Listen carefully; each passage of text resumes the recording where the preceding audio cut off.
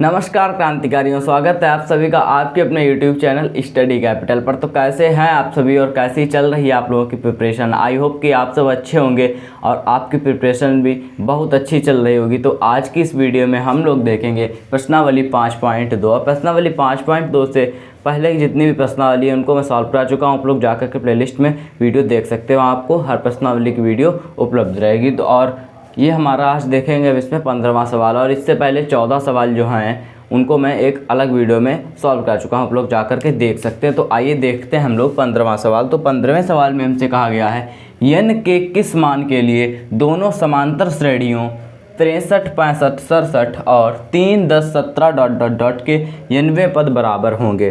तो मतलब हमें इसमें ज्ञात क्या करना है, हमें इसमें ज्ञात करना है n, और बराबर क्या होगा, 90वें पद बराबर होंगे। मतलब an जो है वो किसी न किसी मान n के किसी न किसी मान के लिए दोनों में चलते जाएंगे, तो हमारा जो n है an है वो बराबर होगा। तो इसको हमने मान लिया, जो AP जी हमारी पहली वाली, इसको हमने मान लिया स्मॉल n AP, पहली AP।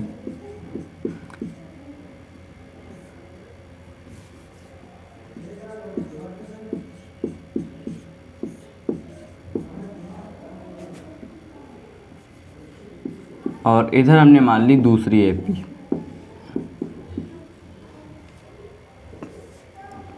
तो इधर क्या हमारा an जो है वो an बराबर होगा, दोनों बराबर होंगे। और an बराबर आप लोग जानते हैं क्या सूत्र होता है हमारा, a plus n minus 1 into D बराबर a plus n minus 1 into D. और a का मान आपको पता है, पहली AP में a का मान हमारा क्या है 63 प्लस, और n हमको ज्ञात करना है n माइनस 1। और पहली AP में हमारा d कितना है, 65 में से अगर 63 घटाएंगे तो 2 है। और दूसरी AP में हमारा a है 3 प्लस n हमारा ज्ञात करना है, और d है हमारा 10 में से 3 घटाएंगे तो 7। तो 63 प्लस डायरेक्ट गुणा करेंगे तो 2n माइनस 2 बराबर 3 प्लस 7n माइनस 7। तो 63 में से 2 गए तो 61 प्लस 2n बराबर, ये हमारा माइनस 7 और प्लस 3 तो माइनस 4 प्लस 7n। और 61 और माइनस का 4 इधर आएगा तो प्लस का 4 बराबर 7n, और इधर प्लस का 2n जाएगा तो माइनस का 2n। तो ये हमारा हो जाएगा 65 बराबर में 5n, और 5 से 65 कैंसिल, तो n बराबर में हमारा आ गया 13। तो क्रांतिकारियों से क्या पता चलता है कि n के 13वें मान के लिए बराबर 13 पर दोनों AP के nवें पद बराबर होंगे।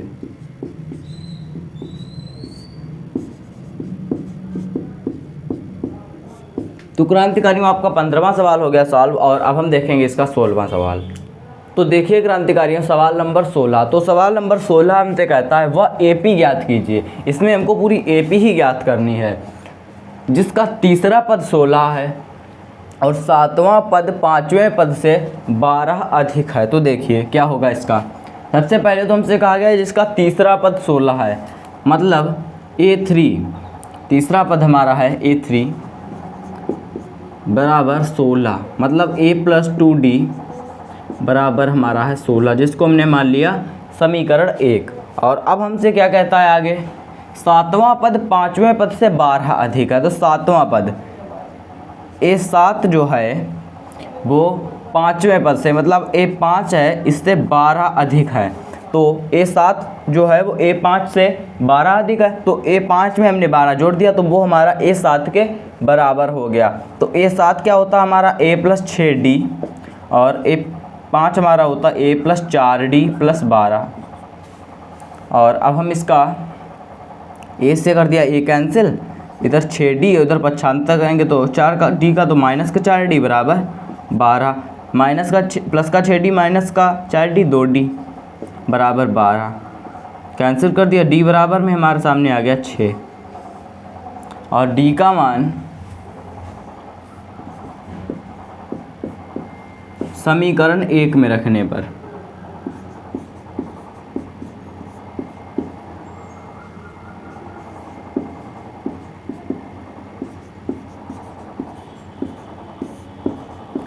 तो D का जो मान है वो हम समीकरण 1 में रख देंगे। समीकरण 1 हमारा a + 2D = 16 और D का मान आप लोग ज्ञात कर चुके हैं 6। तो a + 2 × 6 D की जगह पर और बराबर में 16। तो a बराबर में 16 और 6 दूनी 12 का मतलब पक्षांतर कर देंगे तो ये माइनस का 12 होकर चला जाएगा। तो a बराबर में हमारा आ गया 4। और कोई भी AP ज्ञात करने के लिए हमारे पास दो चीज़ें होना बहुत ज़रूरी है, a प्रथम पद और D सार्वंतर। तो देखिए AP, हमारी AP क्या बनेगी। AP में सबसे पहले तो हमारा एक प्रथम पद होता है जो कि हमारा यहाँ पर 4 है।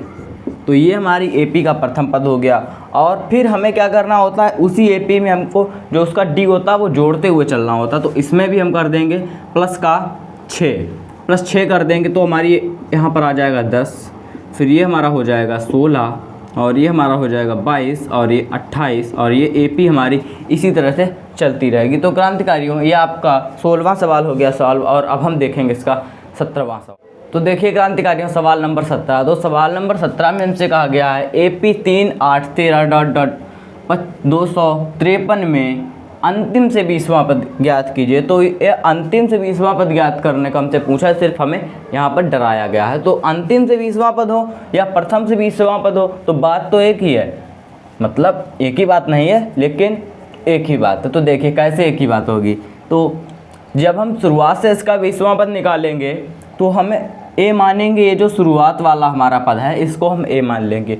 मगर जब हमें अंतिम से 20वां पद निकालने को बोला जाएगा तो हमारा जो a हो जाएगा वो जो सबसे अंत में दिया गया होगा हमारा a वही हो जाएगा। तो सबसे अंत में इसमें हमको दिया गया है तो 253, तो इसमें हमारा a बराबर में हो जाएगा 253 हो जाएगा। और n कितना है हमारा, तो n हमारा है 20 और d हमारा कितना है, तो अंत वाले से ही हम इसको घटा देंगे। तो आप देखेंगे 253 के बाद कोई संख्या नहीं दी गई है, मगर AP तो हमारी कंटिन्यूसली वैसे ही चल रही है। तो हम अंतिम से ये मिल गया, हमको 8 मिल गया, 8 और 8 से हम 3 को घटा देंगे तो 8 - 3 नहीं, इसमें हम क्या करेंगे 3 से 8 को घटा देंगे। उल्टा चल रहा है तो इस बार हम इधर से नहीं बल्कि इधर से इसको घटाएंगे तो हमारा आ जाएगा -5। D हमारा -5 आ गया। तो अब हम निकाल देंगे an हमारा इसमें हो जाएगा a + n - 1 × D। तो a 20 है ये हमारा और a हमारा इसमें है 253 प्लस n की जगह पे हमारा 20 है -1 और D हमारा है -5। तो a 20 हमारा हो गया 253, ये हो गया 19 × -5। a 20 बराबर में 253 और -19 × 5 = 95। और 253 में से जब 95 घटाएंगे तो हमारा आ जाएगा और 5 158।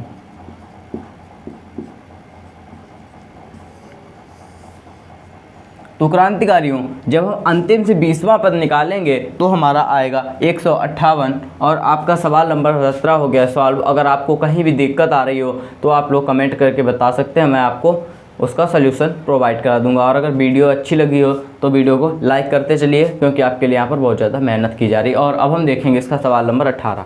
तो देखिए क्रांतिकारियों, सवाल नंबर 18।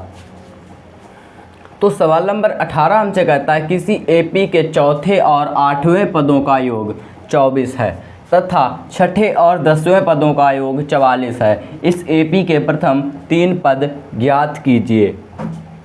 तो देखिए, प्रथम शर्त में हमसे कहा गया है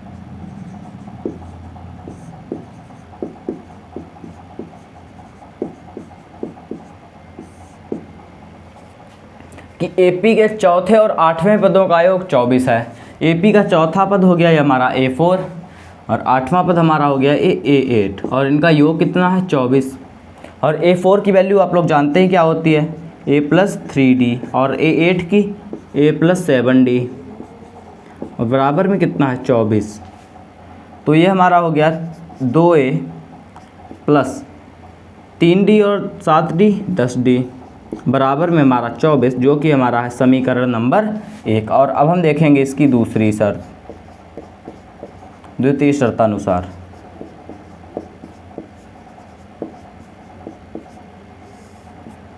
तो दूसरी शर्त में हमें बताया गया है कि छठे और 10वें पदों का योग, मतलब A6 और A10 का जो योग है वो है हमारा 44। तो A6 का मतलब आप लोग जानते हैं A + 5D प्लस A10 का भी मतलब आप लोग जानते हैं A + 9D बराबर में 44। तो AA 2A प्लस ये हमारा 9 × 5 = 14D बराबर में 44, जो कि है हमारा समीकरण नंबर 2। तो क्रांतिकारियों यहाँ से हमको 2 समीकरण प्राप्त हो गए हैं। अब हम कर देंगे समीकरण 1 माइनस समीकरण 2।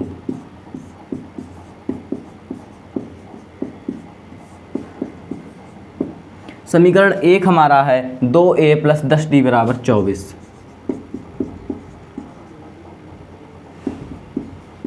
और दूसरा है 2a + 14d बराबर 44।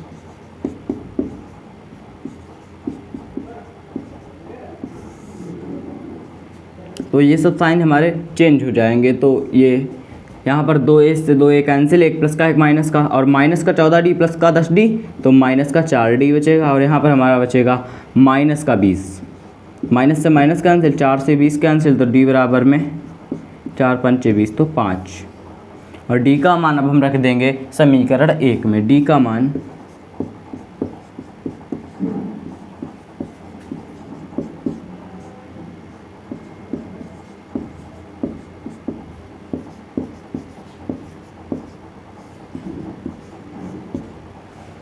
समीकरण 1 हमारा 2a + 10d बराबर 24।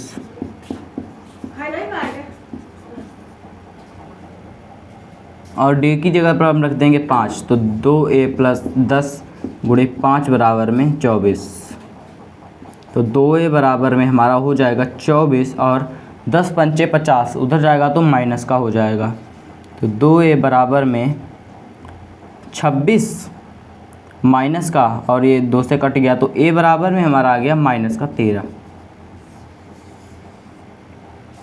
तो क्रांतिकारियों हमसे इसमें 3 पद पूछे गए थे प्रथम, तो एक प्रथम पद हमारा आ गया है 3। और अब यहाँ पर हमको बताना है a2 बराबर में हमारा होता है a + d। तो a2 बराबर में हमारा हो जाएगा a कितना है माइनस का 13 और d है प्लस का 5। तो a2 हमारा हो जाएगा माइनस का 8, ये आपका दूसरा आंसर है। और एक हमसे a3 भी पूछा था a + 2d।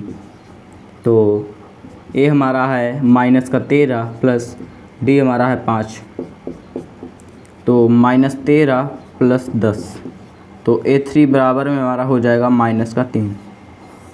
तो क्रांतिकारियों आपका 18वां सवाल सॉल्व हो गया है। हम देखेंगे इसका सवाल नंबर 19। देखिए क्रांतिकारियों सवाल नंबर 19। तो सवाल नंबर 19 में हमसे कहा गया सुब्बा राव ने 1995 में 5000 रुपये के मासिक वेतन पर कार्य आरंभ किया और प्रत्येक वर्ष ₹200 की वेतन वृद्धि प्राप्त की। किस वर्ष उसका वेतन ₹7000 हो गया? तो सुब्बा राव क्रांतिकारियों आपको पता होगा सुब्बा राव किसका नाम, आप लोग कमेंट करके बताना कि सुब्बा राव हमारे देश के कौन थे। तो देखिए सुब्बा राव ने 1995 में 5000 के वेतन पर कार्य आरंभ किया।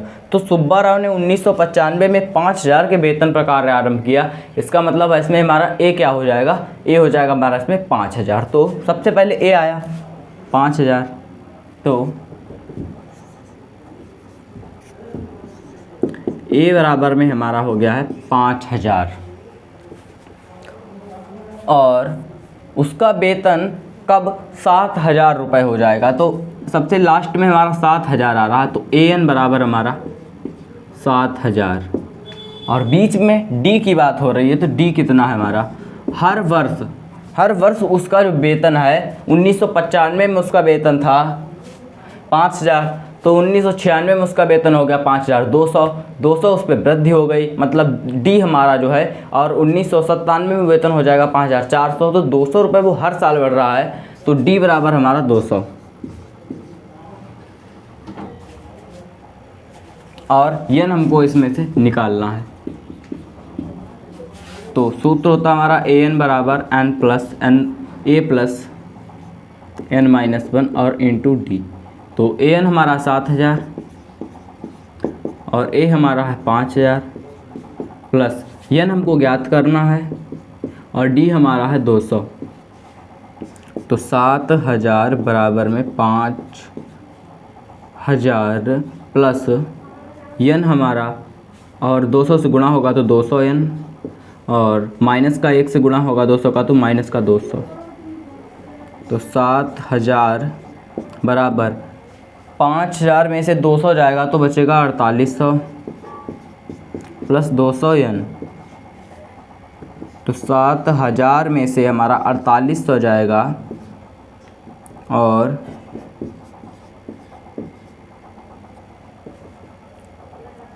तो इधर हमारा कितना बचेगा 2200।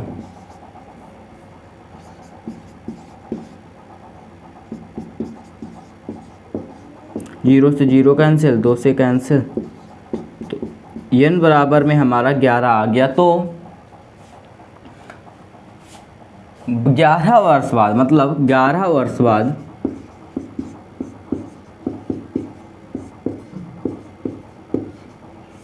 वेतन 7000 रुपये हो जाएगा।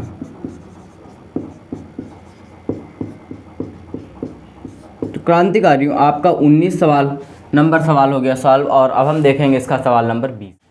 तो देखिए क्रांतिकारियों सवाल नंबर 20। तो सवाल नंबर 20 में हमसे कहा गया रामकली ने किसी वर्ष के प्रथम सप्ताह में ₹50 की बचत की और फिर अपनी साप्ताहिक बचत ₹17.50 बढ़ाती गई। यदि 90वें सप्ताह में उसकी साप्ताहिक बचत ₹207.50 हो जाती है तो यह ज्ञात करो। तो सबसे पहले जो उसने बचत की वो उसकी 50 रुपये थी, मतलब वहीं से शुरुआत ही हुई 50 की। तो शुरुआत में आप लोग जानते हैं क्या होता है, तो शुरुआत वाला हमारा होता है ए। तो ए बराबर में यहाँ पर हो गया है हमारा 50 और फिर अपनी साप्ताहिक बचत 17.50 बढ़ाती गई, मतलब बढ़ाना उसी क्रम में लगातार बढ़ने का आप लोग मतलब जानते हैं, वही हमारा सारवंतर होता है। तो डी बराबर में आपका सारवंतर हो जाएगा 17.50।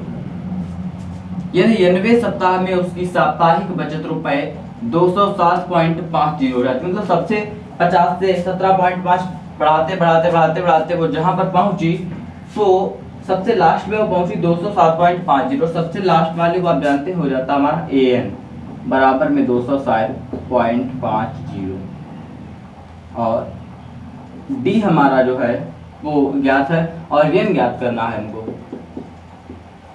तो आप लोग जानते हैं an बराबर a plus n minus 1 into D, इसी पर रख देंगे। तो an हमारा कितना है 207.50, a हमारा कितना है 50 प्लस n माइनस 1, n हमारा कितना है ज्ञात करना है, d हमारा कितना है ज्ञात है 17.50।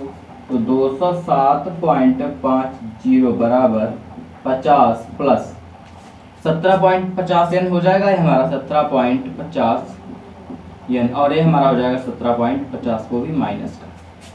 तो ये हमारा होगा 207.50 बराबर में 50 में से जब 70 आ जाएगा तो कितना बचेगा 33 और ये हमारा जाएगा 32.50 बराबर 17.50 n प्लस का और 207.50 और इधर हम 32.50 का पक्षांतर कर देंगे और 17.50 n। तो 207 में से जब 32 जाएगा तो बचेगा कितना हमारा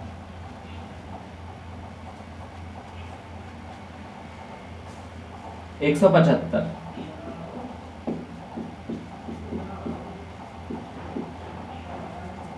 और अब आप लोग देखिए n बराबर हमारा हो जाएगा 175/17.5 और इधर से हमने दशमलव हटाया 0 उठाया 175 से 175 कट हो गया और n बराबर में आपका आ गया 10। तो आपसे n ही पूछा गया था और आपका n क्रांतिकारी जो है वो आ गया है। और इसी के साथ सवाल नंबर 20 के साथ आपकी प्रश्नावली हो गई समाप्त और आप लोग तब तक के लिए चैनल को सब्सक्राइब करके बेल आइकन को और में जाकर प्रेस कर लीजिए। वीडियो अगर अच्छी लगी हो तो लाइक करिए, कमेंट करिए, अपने दोस्तों को भी शेयर करिए। मिलेंगे अगली वीडियो में अगली प्रश्नावली के साथ, कुछ नई जानकारी के साथ। तब तक के लिए धन्यवाद।